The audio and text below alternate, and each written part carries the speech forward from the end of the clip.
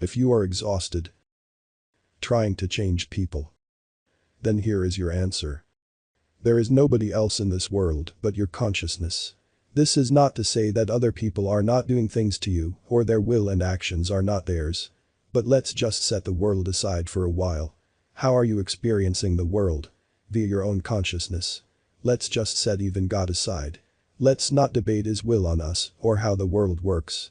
Let's not debate if your ex has wronged you or not. The question is, how are you experiencing your life? There is but one answer. It is only your own consciousness. Therefore, don't you think it is futile to change the world out there, where you have minimal control? While in your own consciousness, you are likened to that of a god. Because you can literally imagine or feel anything in your mind. You can interpret an event totally in biasness to your liking. You can choose to perceive the world with pink glasses. You see, even if we let go of the metaphysical aspect of consciousness, then even that leads to the same old conclusion. That it is our consciousness where happiness and misery lie. One man may adore rain. And the other may hate it. Some people get off on abuse. Some people are addicted to destructive things. One day you may love your spouse. And another day she repels you. Where are all these experiences taking place? Do you see the point? So, you can manage your reactions to the world in your consciousness and choose yourself. Always choosing the interpretation that suits you. Always being biased and living in your own wonderland. Because we cannot change other people in the egoic way unless we force them to. And that change will be extremely short-lived. And they may resent us afterwards. We have all been in situations where we have tried to fight the circumstances. Trying desperately to change an unwanted situation. But it never seems to go away. On the contrary, it seems to get more powerful. Feeding off of our energy. We can fight the government of our respective countries. And smash our heads against the wall. But hardly anything changes in most cases.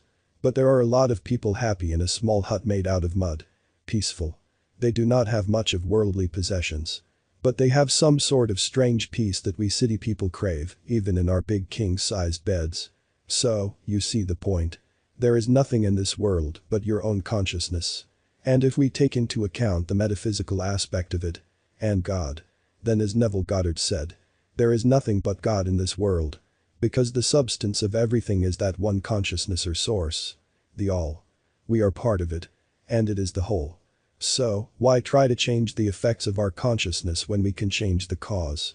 That is our own interpretation, thoughts, and state of being. Your consciousness is the cause and what you see in your world are just its effects. This human limited form was necessary for the all to play the game called life. Otherwise, the all couldn't experience anything. Because it has everything. You must be limited to experience limitlessness. A limitless being doesn't know limits. Therefore, our consciousness limited itself to enjoy this drama of life. But metaphysical aspect aside. God aside. Spirituality aside. You are not living this life on a planet called Earth. Your whole experience is encapsulated in your consciousness. Someday humans may even escape this planet and become multiplanetary species. Simply because they have expanded their consciousness to a point where it now includes other planets. You are experience what you are conscious of. Your consciousness makes you feel poor or rich. It makes you feel like the man one day and nothing the other day. It makes you want to hurt yourself and cherish yourself. So, there is no one to change but self. Metaphysically speaking, when we change our conception of others in our mind and see them how we want to see them, they change. Because there is but one consciousness. But metaphysical aspect aside. When someone is rude to you and you do not react, you will either attract that person or make them angrier. Either way, you will impress their mind deeply. When you see someone differently, when you are loving to them, they will most likely lose their hostility or manipulative tendencies. They mirror your perception of them because you have changed. A poor man begins to think of abundance.